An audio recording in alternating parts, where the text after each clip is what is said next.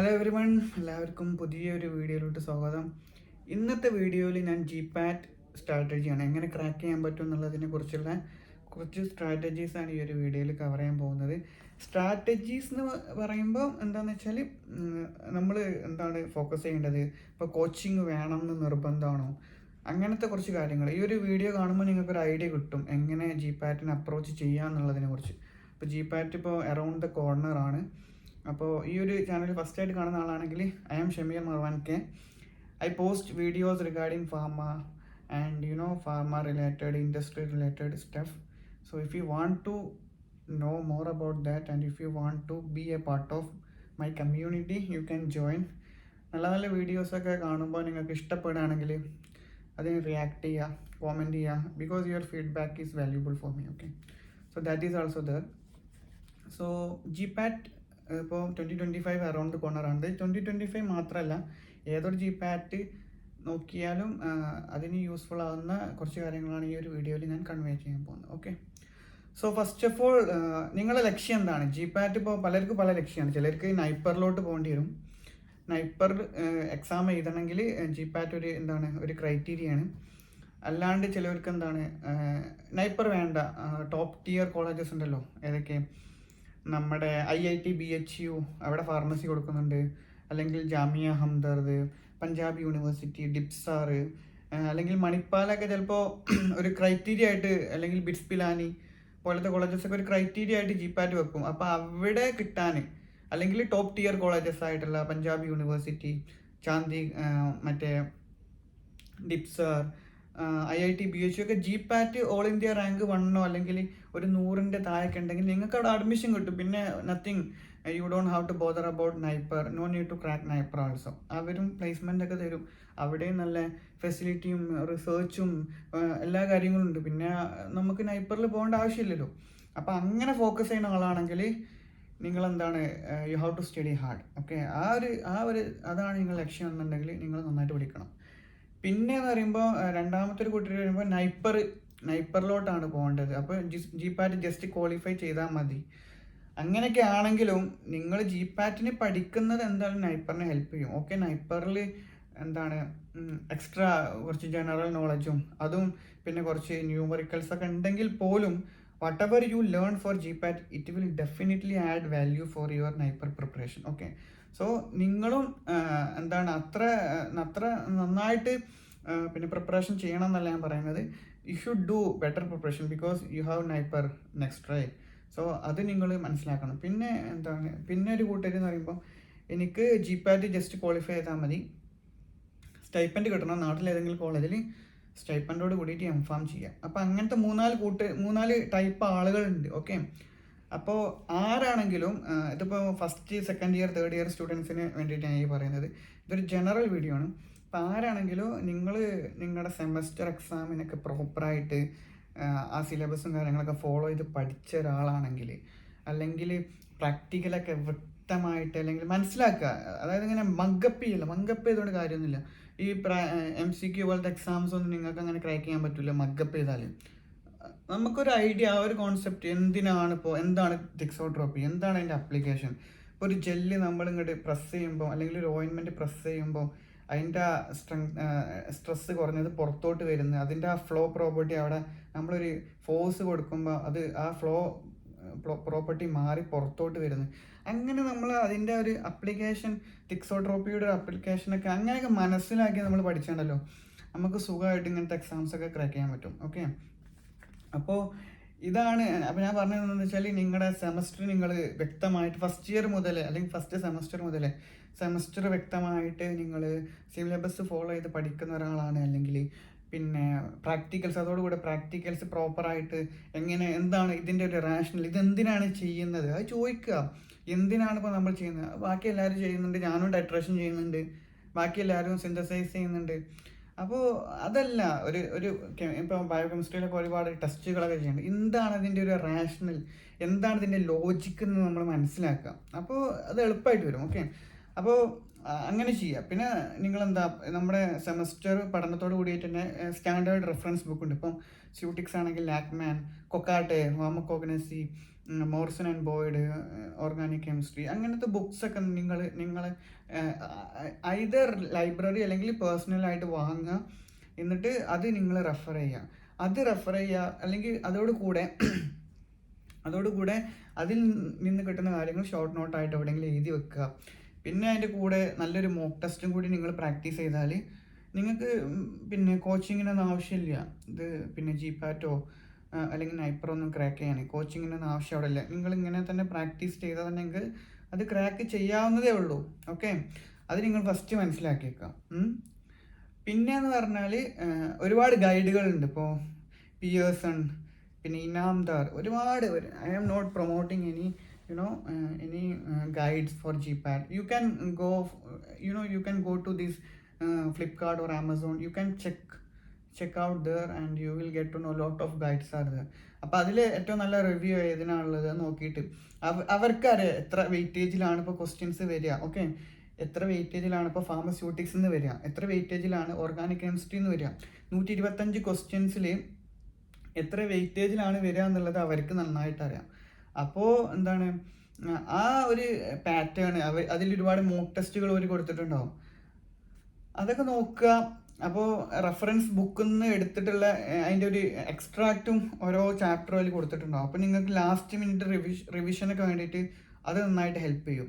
അതും കൂടി നിങ്ങളുടെ അടുത്തുണ്ടെങ്കിൽ ഹാർഡ് കോപ്പി ബുക്സ് കിട്ടും. ഈ PDF ആകുമ്പോൾ എന്താ അറിയോ, അത് ബുദ്ധിമുട്ടാണ്. കാരണം നമ്മളിങ്ങനെ മൊബൈലിലൊക്കെ നോക്കിയിട്ട്, അല്ലെങ്കിൽ പിന്നെ ഒരു ലാപ്ടോപ്പൊക്കെ വേണം നമ്മുടെ കയ്യിൽ. ലാപ്ടോപ്പ് ഉണ്ടായാലും ഭയങ്കര ഡിസ്ട്രാക്ഷൻസ് ആണ്. PDF ഒക്കെ എന്ന് പറയുമ്പോൾ ഭയങ്കര ഡിസ്ട്രാക്ഷൻസ് ആണ്. ഹാർഡ് കോപ്പി ബുക്ക് ഉണ്ടെങ്കിൽ, അതായത് ഹാർഡ് കോപ്പി എന്ന് പറയുമ്പോൾ ഫിസിക്കൽ ബുക്ക് ഉണ്ടെങ്കിൽ നമുക്കൊരു പഠിക്കുന്ന ഒരു ഫീല് ഒന്നുകൂടെ കിട്ടും എന്നാണ് ഞാൻ മനസ്സിലാക്കുന്നത്. ഓക്കെ, അപ്പോൾ റെഫറൻസ് ബുക്ക്, പിന്നെ ഇങ്ങനത്തെ ഓരോ GPAT-ൻ്റെ ഗൈഡുകൾ അതൊക്കെ വാങ്ങി വെക്കുക. സെമസ്റ്റർ പഠനത്തിൻ്റെ കൂടെ തന്നെ സെക്കൻഡ് ഇയർ ആകുമ്പോൾ വാങ്ങി വെക്കുക.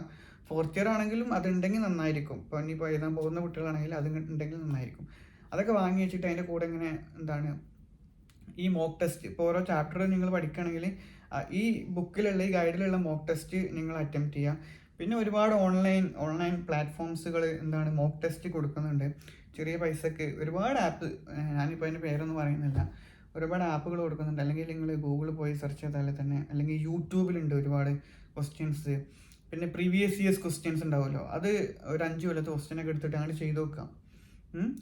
മെയിനായിട്ട് റിപ്പീറ്റ് ചെയ്യുക, നന്നായിട്ട് പഠിച്ചത് നന്നായിട്ട് റിപ്പീറ്റ് ചെയ്യുക. പിന്നെ പ്രീവിയസ് ഇയേഴ്സ് ക്വസ്റ്റ്യൻസ് നോക്കുക. പിന്നെ റിവൈസ് ചെയ്യുക, റിപ്പീറ്റ് ചെയ്യുക. പിന്നെ പ്രീവിയസ് ഇയേഴ്സ് ക്വസ്റ്റ്യൻസ് നോക്കുക. പിന്നെ മോക്ക് ടെസ്റ്റ് നന്നായിട്ട് മോക്ക് ടെസ്റ്റ്. കാരണം 125 ക്വസ്റ്റ്യൻസ് ആണുള്ളത്. ഓക്കെ, അത് ഇപ്പോൾ GPAT-ൻ്റെ പുതിയ നിയമം അനുസരിച്ചിട്ട് ടൈം ബൗണ്ടാണ് എക്സാം. ഇപ്പോൾ ഫാർമക്കോളജി ഒരു സെക്ഷനിൽ 20 ക്വസ്റ്റ്യൻ ഉണ്ട്. ഫോർ എക്സാമ്പിൾ 20 ക്വസ്റ്റ്യൻ ഉണ്ടെങ്കിൽ അതിനൊരു നിശ്ചിത സമയം ഉണ്ടാവും. ആ സമയം കഴിഞ്ഞാൽ പിന്നെ നിങ്ങൾക്ക് ഫാർമക്കോളജി ക്വസ്റ്റ്യൻസ് അറ്റൻഡ് ചെയ്യാൻ പറ്റില്ല. പിന്നെ ചിലപ്പോൾ ഫാർമസ്യൂട്ടിക്സ് സെക്ഷനിലോട്ട് ഓട്ടോമാറ്റിക്കായിട്ട് ക്വസ്റ്റ്യൻസ് ഷിഫ്റ്റ് ചെയ്യും. അപ്പോൾ നിങ്ങൾക്ക് അയ്യോ ഞാൻ കോളേജിൽ ആ ക്വസ്റ്റ്യൻ എഴുതി തെറ്റാണല്ലോ, ബാക്കിലോട്ട് പോയിട്ട് പണ്ട് മാറ്റാൻ പറ്റുമായിരുന്നു, ഇപ്പോൾ അത് പറ്റില്ല. പുതിയ നിയമം അനുസരിച്ച് അങ്ങനെ വരാൻ പോകുന്നത്.